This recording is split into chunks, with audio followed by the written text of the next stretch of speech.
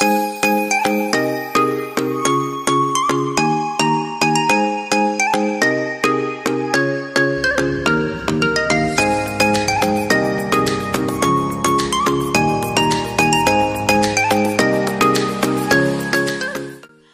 everyone and welcome to That's the Joy. This is the channel where we get to listen, learn and grow from great inspiring stories told by women in business. And so if you're new here, karibu sana, head over and subscribe to my channel. And if you've been here before, thank you so much for tuning in and stay tuned for so much more coming your way. My name is Tabitha Joy, your host. And today we are joined by an amazing lady, the CEO of T&Co. We're here for the tea. We're here for the tea. Karibu sana, Jennifer. Asante sana. Yes, asante. Yeah. So we're here to understand the brand, understand how you picked the niche, tea. So maybe you can tell us a little bit about yourself. Like how did you come up with this brand? Okay. Yes. So I came up with T&Co or Tea and Company because for me, to enjoy tea, you do it in company. Yeah. And my background is in hospitality, so I got to live and work in different parts of the world. And what I realized is no matter where I was, I kind of gravitated towards tea. And I gravitated towards appreciating different cultures because I love food. I love food and I love to travel. And whenever you meet people and get to know a culture, you get to know it through what people eat, how they behave. And tea is one of those things that tells you about that. So when I kind of left my career in hospitality behind and decided to open my own business, one of the things I'd learned is you start with what you know. And I was like, what I know is tea. I'm Luya first, so I grew up where, you know, you have to come to, when you come to a house, you have to have tea. So there's always a flask of tea at the ready for us to have. And then when I traveled, I worked in Four Seasons and Park Lane in London. They had a very, very, very nice high tea. I've worked in the Middle East, so I had just picked up all this different tea knowledge. And so I was like, okay, I think tea is the thing I know. I did a little bit of a course to teach me a bit of blending, and then I began Tea and Company. Wow, when was this?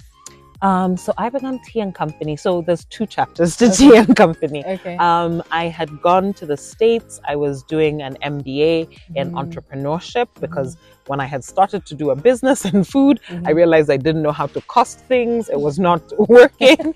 And so I was like, okay, let me go back to school. Let somebody teach me. So I got into a really good school, Babson, and it focuses on entrepreneurship and teaching entrepreneurial thinking. So when I got there, it was, you know, start with what you know. So I discovered it was tea that I know. And so it was like, let's build from there. So when I graduated, I had taken part in a business competition and I'd won some money. So I had won $10,000 and I had 1 year on my visa. And so I managed to move to the West Coast where through the competition, I had been informed that that's where all the novel food ideas begin. And the amazing thing in the States was the States has all these things, you know, the center of the world, they've got everything. But when I went around, they didn't have good quality tea. And when you go to the supermarket and you look at the shelves and buy tea on the shelves, the quality of the tea is so low. So I was like, that's crazy. Why don't Americans have good tea? So I began a very small business. It was a niche business. It was a tea subscription. And I began it and I ended up managing to be able to stay a bit longer. So I ended up running a tea subscription for about 3 years. And so I ran it for 3 years. And when I finally had to come home, I was like, anyway, Kenya, we have great tea. We're not going to need the business there because I was already getting tea from Kenya to the States. So I was like, we're not going to need the business that I was doing here in Kenya. Let me try find a new business. And so I went into gifting. And as I was doing gifting, I was doing premium customized gifting. And I found I couldn't find a high quality tea that spoke to the things I was looking for, which was making sure it's owned by indigenous Kenyans, making sure it is, you know, export quality level.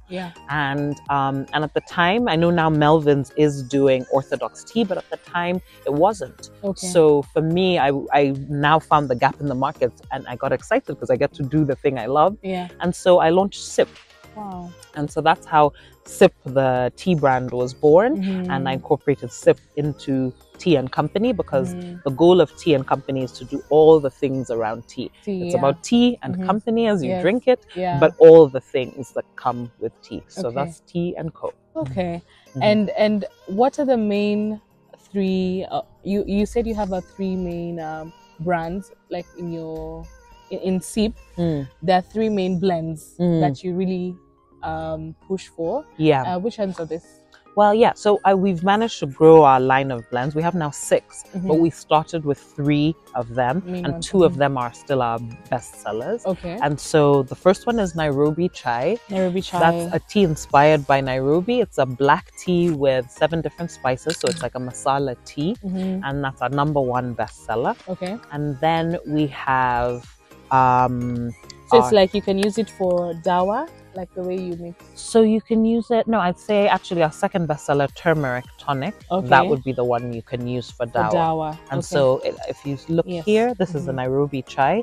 So it's black tea with 7 different spices. Okay. But when you look at the turmeric is herbal. We do it in 2 ways. We do it like this, and we do it like this. Okay. Where with the turmeric, we have it in powder form, which makes it very strong. This you can do in a sufuria on the stove, just how you do your majani tea.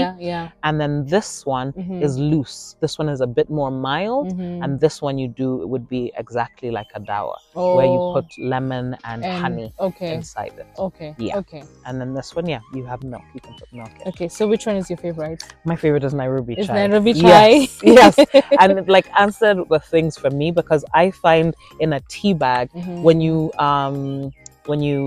steep your tea in a tea bag, the masala is never that strong. It's not strong. I like strong black tea. I like strong masala, and that was the goal of this, to kind of give you that full taste of masala in the equivalent of a tea bag. You don't have to do all the brewing.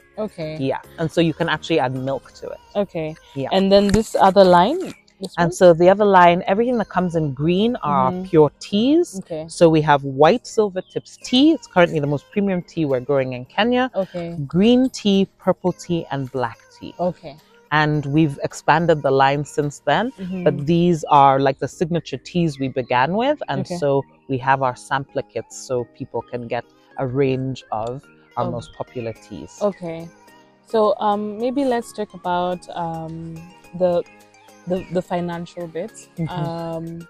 How did you start in terms of capital? Did you have to go inside? Did you dig into your pocket, or did you partner with an organization that was able to fund you? How did you do it, and how have you managed to navigate it up to now? No, I had to dig into my pocket. I used like all the savings I had come home with. And so so it's a mixture of things, right? Because you also have to reach into your community.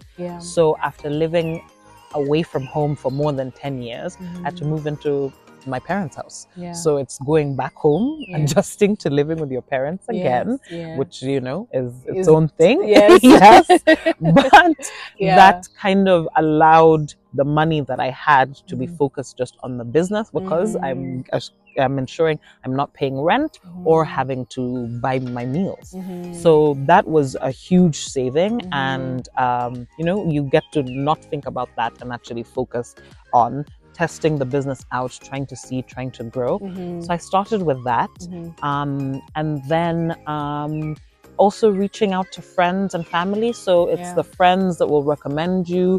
Tell a restaurant, referrals, not just exactly. It's been huge for friends to do that, because then you build slowly and you start getting wholesale clients. So the money gets a bit better. And then also relying on my family. So sometimes out and out borrowing from them and trying to create a plan of how I'll pay them back.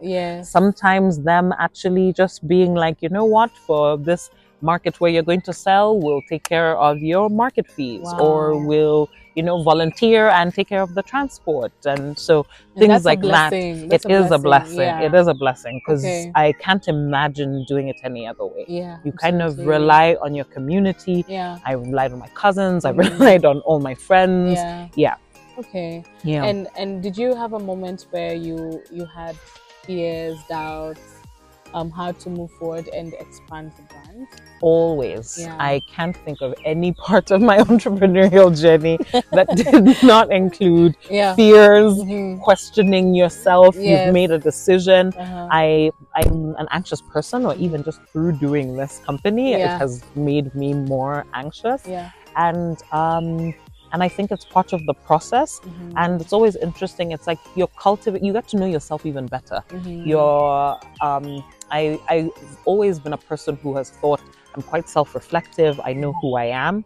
But honestly, doing this entrepreneurial journey has made me learn myself in totally new ways, test and challenge. And so over time, I can look back and see like, oh my gosh, I'm a total different Jennifer. The decisions I'm making now, sometimes I make it and it's easy and I'm like, whoa, a year or 2 years ago, this would have been something that would have caused me sleepless nights. I know. And now in an afternoon, I'm like, it's a no, I'm not doing that. Even if there's, some money that could be made there, it actually doesn't make sense for these reasons. So you kind of build your arsenal and it starts to get better. Yeah. And how about the balance? Like, I'm sure you have your own personal life and you do other things. Yeah. How have you managed to balance? Are you the accountant? You said you have an accountant. I have an accountant. Thank goodness. Yes, I have an accountant. But are you the marketer? Are you the CEO? Are you the customer care? Yes. How have you managed to balance that with your personal life? I just let go of the idea of balance. Balance does not exist. It doesn't. They tell us this, but I'm convinced the idea of that is there to make us always feel bad about ourselves and bad about fully committing to one thing and not understanding that when you do that, it comes at the cost of something else. So then you're guilty. So then you go to the other side of the spectrum and you do a full 180 and then everything here. And now I just realize balance looks like some of the time it's 100% my business. Some of the time I have closed shop and I have to take that Christmas holiday.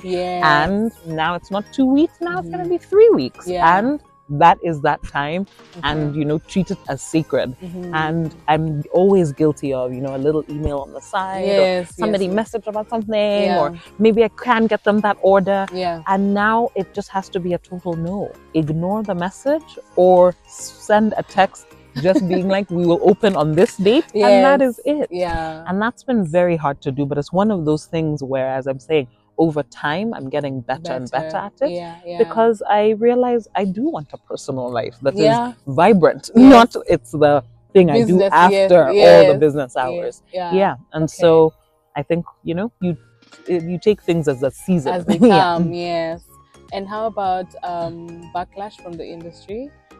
Considering there are many other tea brands, like now, for example, Twinnings would have with honey, with strawberry, with there's so many other variety tea brands. How have you managed to handle that backlash from either? I'm not saying Twinnings are the ones who but I'm just saying generally there is that competition. Let me just say competition from other more competition brands who are also trying to diversify their flavors and their tastes. How have you managed to overcome that? I try and remember how I don't want to be part of believing in scarcity. It is very easy for us to, for the experience of us as Kenyans, for how much we've seen and how much is not available, to really tap into the idea of scarcity. If they are winning, it means I am losing. And so then I'm looking at competition at what are they doing? And oh my gosh, they're getting more of the market and everything. And I have my moments of slowly tapping into those fears. But I remind myself that there is enough. We are doing different things. There are enough customers for everybody. If these guys are doing well, it is proof of concept. And because for me, the passion is making sure us as Kenyans, we get high quality tea that is our own. Whenever I see another Kenyan tea brand winning, I'm like, we are all winning. It is the proof that the concept is working. It's the proof that the industry will be there. And so I try and use it to boost me, to be like, okay, they can do it, I can do it. And I think that it also makes me try and think of when I see something, when I see a brand is almost doing the similar thing to me, I also try and think about what makes our brand unique. It makes me take it as an opportunity to really try and understand what are customers buying from me? Yeah. How can I make it more unique that we still stand out? That's nice. So I'm trying to use it to like refine the brand, to really think about what are we saying, what are customers receiving, and how do we make sure we stay relevant. Okay. Yeah. Okay. And in terms of staying creative, staying like coming up with the different blends, how do you manage to stay creative, you know? Yeah. Because I know there are times you can be blank. Yes. Yes. And customers are waiting for the next thing, the next big thing. Yeah. Yes. I want to say last year, the year before, I got burnt out. It was too much time just doing the business. My whole life was about the business. And then I realized it hadn't even occurred to me. I had no inspiration to create a new tea. And I was like, oh my gosh, why is that? The main thing I do with Sipp and with T&Co, whether it's our events and our physical presence in places, is to be creative, is to create beauty and happiness and connect people. And I realized I was so far away from that because I was in the admin and the responding to business. And that's what made me realize I need to prioritize holiday time. And so I started to try and make sure every quarter I take some time off and you go to an art gallery, see art, go and hang out with friends, go and travel to a new part of Kenya to just understand who we are, understand different tribes, understand what's available. And so I now prioritize networking with other female founders. I prioritize... Like in Kayana. I saw you exactly. In Kayana, yes, absolutely. In Kayana. Shout out to Kayana. I prioritize, just going to events, having conversations with people because I'm an extrovert. I feel so excited and so positive about the world and so creative after good conversations, after good experiences. And so I try and make sure I'm injecting that in my life. I try and make sure my working hours have a cutoff and I'm not living the life where I work until I get into bed and go to sleep, because there's been periods that's what it's looked like. And so so that more of that has like given me more excitement, and I found myself now coming up with new teas and you put out some are kind of just in the pipeline because you still want to perfect. And so so it's been exciting to kind of get back to that creativity. And what would you tell maybe entrepreneurs who are thinking of starting a business? A lady somewhere, she's confused, she's lost, she's second guessing herself, like we all do. Like we all do. It doesn't stop. So what would you tell them? I always say just start. Just start, because where you start and where you end up are so vastly different that if you don't begin, you don't get to that end goal, you don't get to that cooler, more interesting thing. Because when I think of all the iterations of T&Co, it's been so many things. Sometimes now I like to keep even just the packaging from when I began to the packaging today, and I look and I'm like, I cannot believe this became this. You know? And so I say just start and look at what you have, look at what you know, understand what you don't know, and then start making a plan to bridge the two things. And once you're doing that and testing the thing out, letting people see it, letting them feel it, whether it's even just on social, begin to talk about it, it really pushes you and helps you get there. That's true. And are there any upcoming events that we should look forward to for Sipp? Yes, I'm trying out a new concept. I don't want to say too much, but we do want to create in-person spaces where people can connect over tea. And so I think it's going to be maybe like tea and conversations. Let's just say that. All right. Where can we find you? You can find me online at Drink TCO, because we want you to drink T&Co. So at Drink TCO on our website, on Instagram, on Facebook, maybe soon on TikTok. Let's see. But that's where we are. Thank you so much. And are you in a Shamba Cafe? Yes, guy. Yes, I am. Thank you Yes, for the reminder. yes. So these are the friends you need to market and tell other people about you. Yes, Yeah. you can find us in person at a couple of places. Yeah. The tea is at Shamba. You can buy the tea there, and you can also order it off the menu. Yeah. Same at Ikigai. Same at the Good Grain in Westlands. Same at Milan, and also Caviar. Okay. Yes. Thank you so much, Jennifer, Thank you for coming for the show. My pleasure. Thank you for having me. I have really been inspired and motivated to even, push the entrepreneurial market out there. Yeah. So thank you so much for tuning in. Thank you for having me. It's been my pleasure. So guys, this is Sipp tea. I mean, the packaging is beautiful. I must say. This packaging. Thank you. I believe that. And it's so portable. The very best. It's actually very portable. Yes. In tubes. Yeah. So thank you so much, guys, for tuning in. I hope you've been inspired. If you have a comment, you can comment down below and subscribe. Thank you so much. See you in the next one. Bye.